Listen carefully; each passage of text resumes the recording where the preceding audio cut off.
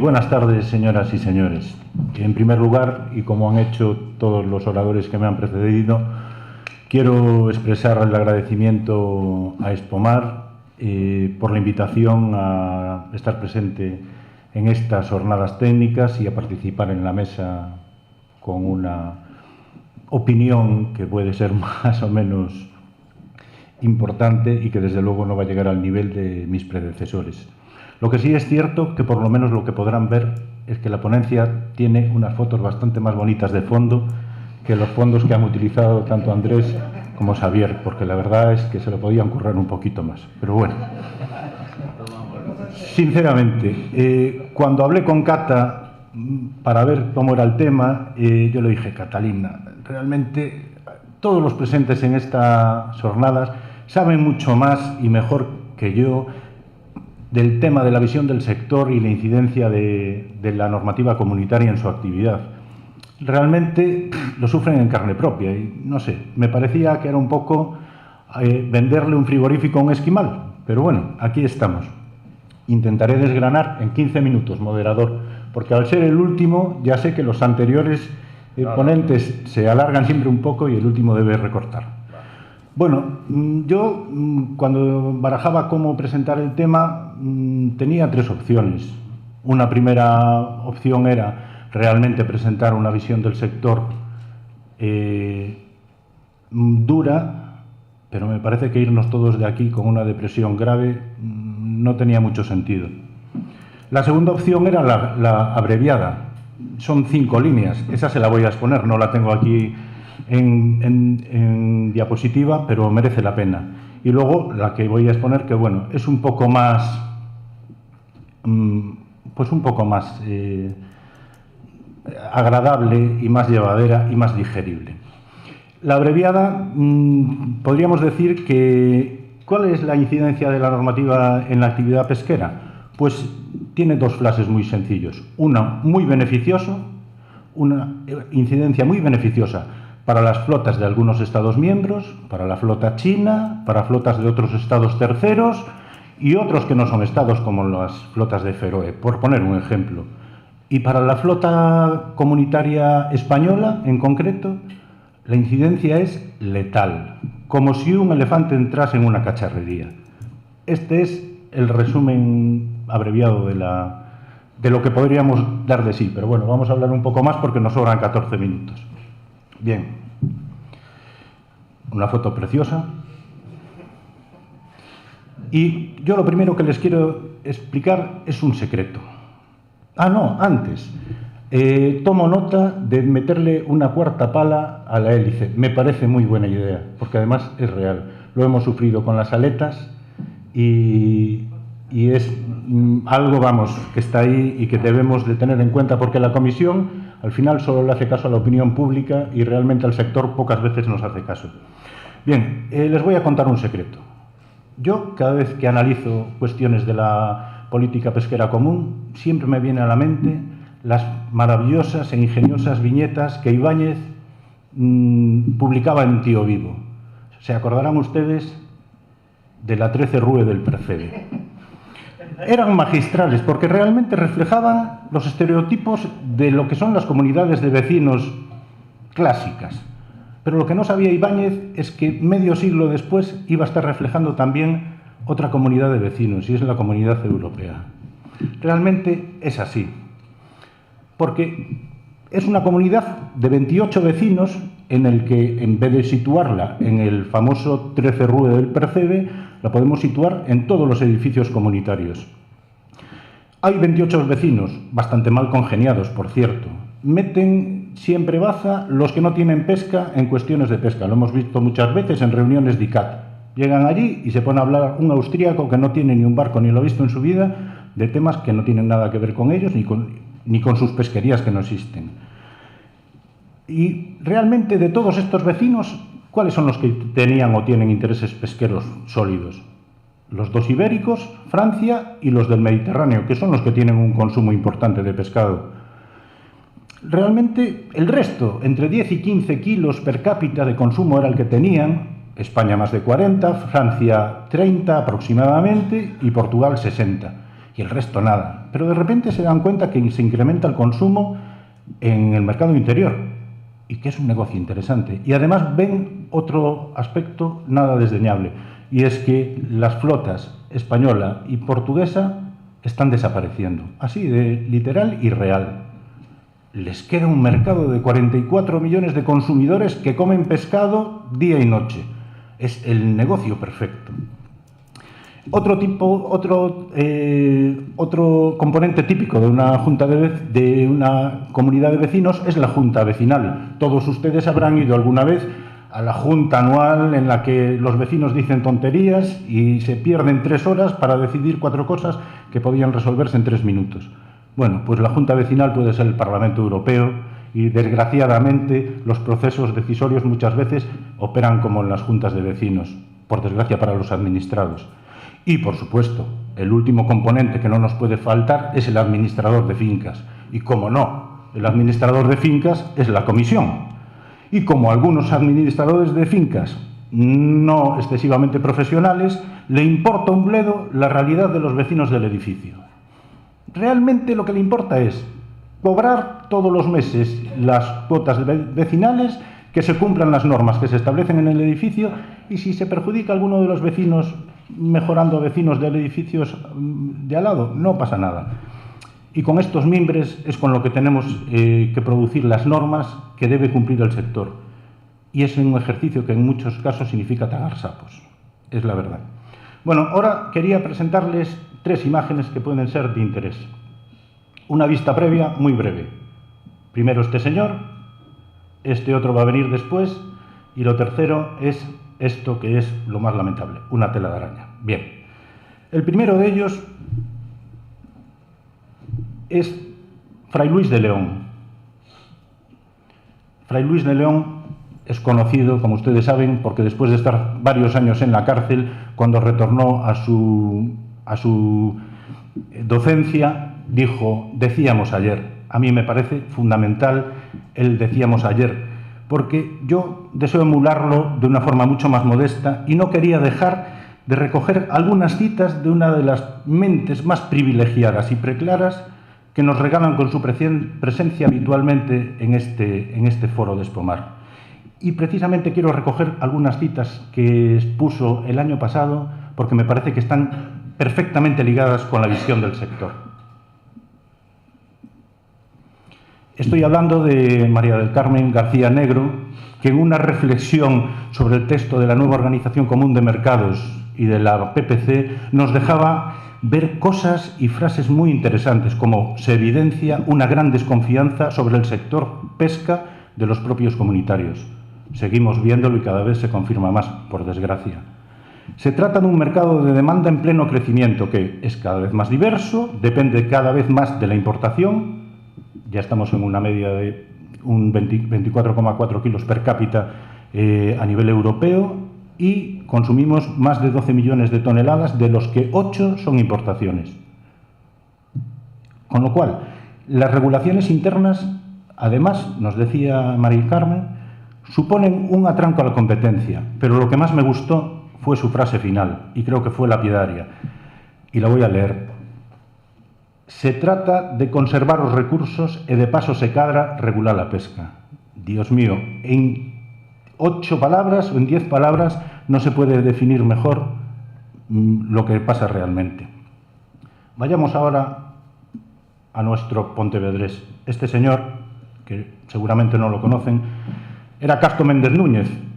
Llegó a contraalmirante y es famosa su frase: más vale honra sin barcos que barcos sin honra. Y realmente esto es algo que también coincidimos el sector, que la PPC lo asume y que la Comisión y las administraciones lo tienen en cuenta. Pero ojo, porque yo pongo ahí básico en rojo. Estamos de acuerdo con el punto básico, pero básico porque cuando un principio se aplica sin equidad, pierde sus propiedades de justicia y beneficio y acaba siendo perverso y dañino. Y eso es lo que no debería ser nunca. Sí, en la política pesquera común o en la aplicación, que es lo que nos ocupa, hay aspectos muy positivos, unos a corto plazo, que ya los estamos viendo, y otros a medio plazo, que se ven o que se podrán ver. Por ejemplo, los consejos científicos están acreditando una mejora importante de numerosos stocks que antes estaban en situación delicada. ¿Esto en qué está repercutiendo? En que estamos teniendo más posibilidades de mejoras de cuotas en pesquerías que son de interés y de importancia para nosotros. Tenemos el caso del jurel de la 9A, que ha incrementado mucho las posibilidades. En otros casos, los consejos científicos van un poco más atrás que la experiencia que acreditan los propios pescadores. Y cuando esta experiencia no tiene apoyo en medidas gestoras acordes, entonces genera más problemas y el teórico beneficio se puede llegar a convertir en un perjuicio para el sector. Y esto lo hemos visto hace no mucho con el atún rojo. Se vislumbra también, y esto es muy importante, una mejora de la imagen internacional de la flota comunitaria. Yo les recomiendo que entren en Internet y busquen en un foro que se llama TED Talks, que es un foro muy famoso, una intervención de una bióloga marina representante de Oceana que se llama Jackie Savage. Es una intervención de unos 15 minutos aproximadamente en la que expone de una forma muy clara, podría ser una intervención de María del Carmen perfectamente, cómo la pesca internacional bien gestionada puede duplicar la cantidad de producción que genera actualmente, cómo en las zonas costeras, ahí está, cómo en las zonas costeras se acumula 7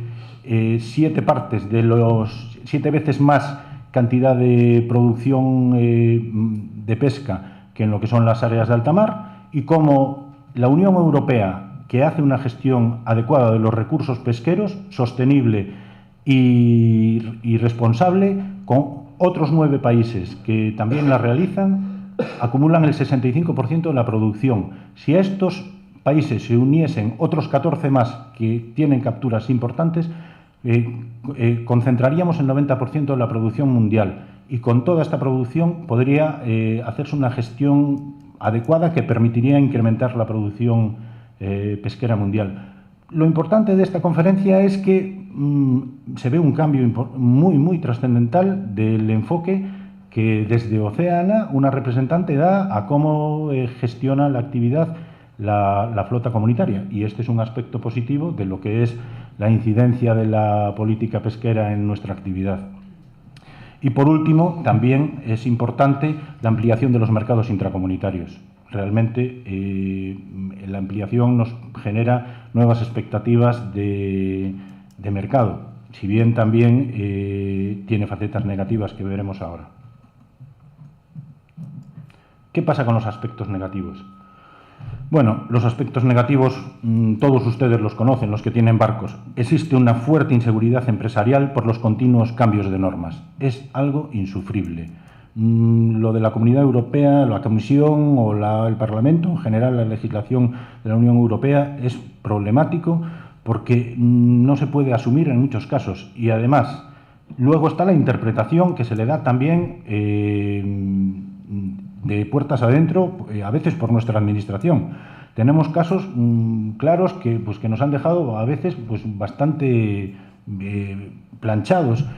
Cuando los barcos de cerco, por ejemplo, tuvieron que establecer el DEA e instalarlo, teníamos el caso de los barcos de 12 a 15 metros. Se los pusimos a la administración y decíamos, oye, cumple con los requisitos de excepción que se establecen en el reglamento comunitario. No, hay que instalarlo. Pero hombre, que no, que además las transmisiones son caras, esto es un problema. No, solo va a tener que hacer una transmisión cuando llegue a puerto y desembarque. Bueno, si es así, pues vale, pues lo instalamos. Al cabo de un año recibimos un fax diciendo, porque había problemas en el Mediterráneo, no, los barcos que tienen de 12 a 15 metros, si cumplen estas condiciones, no deberán instalar el DEA. Te quedas planchado. Dices, pero si es lo que os habíamos dicho antes. Es una inseguridad que tienes ahí muy importante. Luego, por otro lado, lo que era una comunicación al llegar se ha convertido en 200.000 y en una serie de comunicaciones farragosas que son dificilísimas de cumplir para unos señores que tienen que estar pescando en una embarcación de bajura y que están a lo que están, y muchas veces en malas condiciones de la mar, y que no se equivoquen, porque como se equivoquen pueden tener un problema grave. Llegan a puerto y la receta es segura. Y las recetas, además, por desgracia, no son de 3 pesetas. No es como cuando nos saltamos un semáforo en rojo o cuando pasamos el radar y en vez de ir a 120 vamos a 140, que nos pueden caer 200, 500 o al que vaya muy a lo loco 1.000 euros. No, le meten a un señor una receta de 10.000, 20.000, 50.000 euros y como le caigan una o dos seguidas, es posible que tenga que cerrar el chiringuito e irse para casa. Y eso es una realidad que está ahí. Y es que este sistema se ha vuelto tortuoso y muy complejo, y especialmente para la flota de bajura es problemático. Y esto es un asunto que, a él ha abocado la propia normativa comunitaria que tenemos que cumplir. Luego tenemos el aspecto del impacto sociodemográfico y económico negativo en Galicia. Voy a resumir porque si no, no llegamos. Y quería cumplir los 15 minutos. No, ya los llevas, tienes 5 más. Vale. Es evidente que si, aunque Andrés nos ha dado muy buenas noticias respecto a esos fondos que podrán fijar población y desarrollar actividades alternativas, me imagino que la turística será solo en determinadas épocas porque el clima no es el de Fuengirola precisamente como para que hagamos turismo pesquero durante todo el año, pero bueno, alternativas debe haber. Luego, la pérdida de tasa de cobertura del mercado comunitario y de garantía de abastecimiento es un tema muy grave, que vamos a estar en manos de terceros externos a la Comunidad Europea, a la Unión Europea, y que nos va a generar muchos problemas porque van a tener la sartén por el mango. Y además, no solo en tema de abastecimiento, en tema higiosanitario, ya no hablemos del panga, que todos sabemos cómo se produce, basta con ver los vídeos de producción del delta del Mekong. Podemos hablar de cualquiera que se dé un paseo por puertos africanos y eche un ojo a los barcos que están amarrados a puerto al lado de los nuestros con acero inoxidable y todo impoluto, y los otros con cabras a bordo, llenos de óxido, hechos un asco, con cabras a bordo. El tipo aparece, porque lo he visto yo en una fotografía, son 4 fotos consecutivas, aparece, le pega un corte a la cabra, le corta la cabeza y se la lleva a rastras con toda la sangre por la cubierta. Bueno, pues ese es un poco la alternativa higiosanitaria de no todos los productos, afortunadamente, pero algunos de esos productos, no en España, eso sí es cierto, porque la Administración española en este aspecto está haciendo muy bien los deberes, pero sí en otros países comunitarios en los que entra cualquier cosa, porque además, como no saben de pescado, pues comen cualquier cosa que les pongan.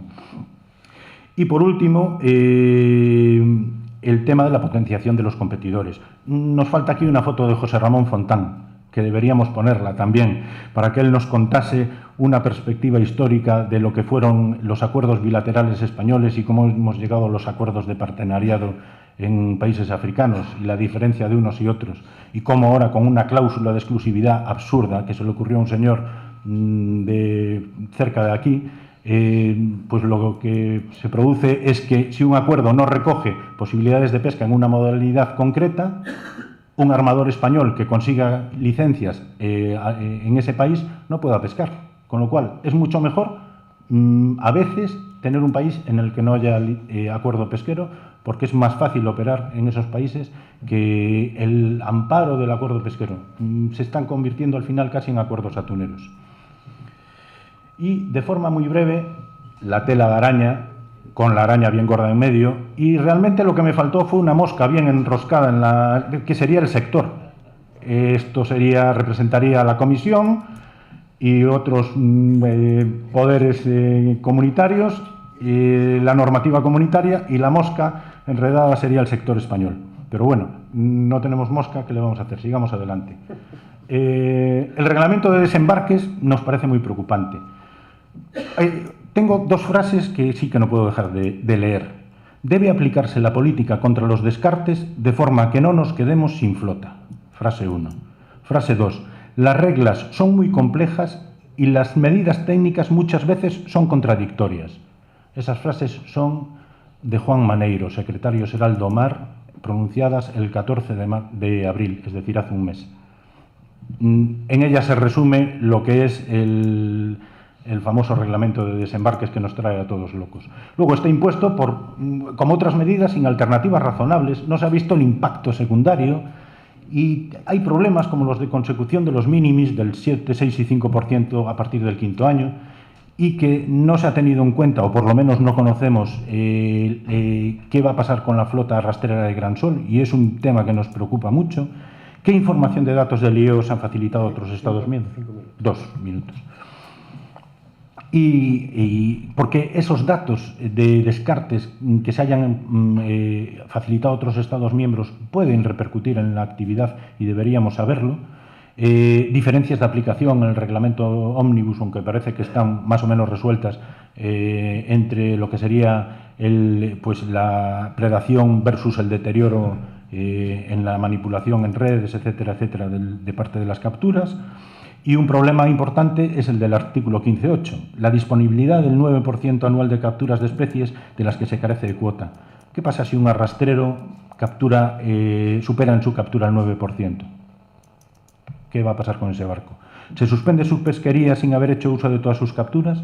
¿Se aplicará ese 9% de forma conjunta a todas las especies de las que se carece de cuota, o es un 9% individual para cada una de ellas? ¿Y qué ocurre con la adaptación de las infraestructuras portuarias en las que deben desembarcarse capturas que no van a poder introducirse en los canales de comercialización habitual? Demasiadas preguntas, demasiadas incertidumbres que no hacen más que constatar la falta de rigor y lógica. Luego tenía aquí, pero ya no lo vamos a ver, el tema de las aletas, que bueno, que como es un tema que ya lo conocemos todos, también ha sido impuesto sin tener en cuenta los datos técnicos. Javier Pereiro antes hablaba de que era importante los datos técnicos y todo eso. Nosotros nos fuimos con Jaime Mejuto de la mano, barríamos con la cantidad de información técnica que se podía exponer, pero como la sociedad y la opinión pública comunitaria quería que hubiese un reglamento de aletas adheridas, el reglamento salió adelante. Y bueno, la justificación de implantación, etcétera, etcétera, ha sido todo muy mal llevado a cabo por la Comisión y nos parece que no hay una voluntad política de mantenerlo, no hay una voluntad tampoco, que se consideran satisfechos con haberlo implantado en la Comisión, en la Comunidad Europea, la flota comunitaria, y que les da un poco igual que a nivel internacional no se establezca, porque bueno, ellos han cumplido con la opinión pública comunitaria. Y además, y lo que es peor, es una medida desfasada, y lo reconocen gestores, especialistas, expertos en la gestión de tiburones y delegaciones de partes contratantes que son paradigmas de pesca responsable y sostenible, como es Canadá. Y cada vez más delegaciones dicen, pero si eso es trasnochado. Y bueno, nada más, yo quería solamente decir que las organizaciones que representamos tenemos que luchar para que nuestras flotas, tengan ánimos y continúen, a pesar de los costes y complejidad de la aplicación excesivos para muchas de nuestras flotas, comunicaciones de EUMS, obligaciones, inflexibilidad en las exigencias de las normas, que es un problema grave que nos preocupa mucho, una saturación de normas a cumplir. Nos habían dicho que se iba a aligerar y que se iba a hacer más fácil el cumplimiento de la normativa comunitaria. Mentira, cada vez es más complicado y esto es un galimatías y hay que ser casi un experto en leyes para poder ir a bordo de un barco y poder pescar. Y es absurdo. Y sobre todo porque si comparamos las exigencias que tiene nuestra flota con las de flotas que comparten caladeros y que comparten mercados, no tiene nada que ver. Estamos en un túnel, es verdad, nuestra flota está en un túnel, pero lo que tenemos que buscar es la salida del túnel y por supuesto, la salida del túnel tiene que ser una luz de guía. Muchas gracias.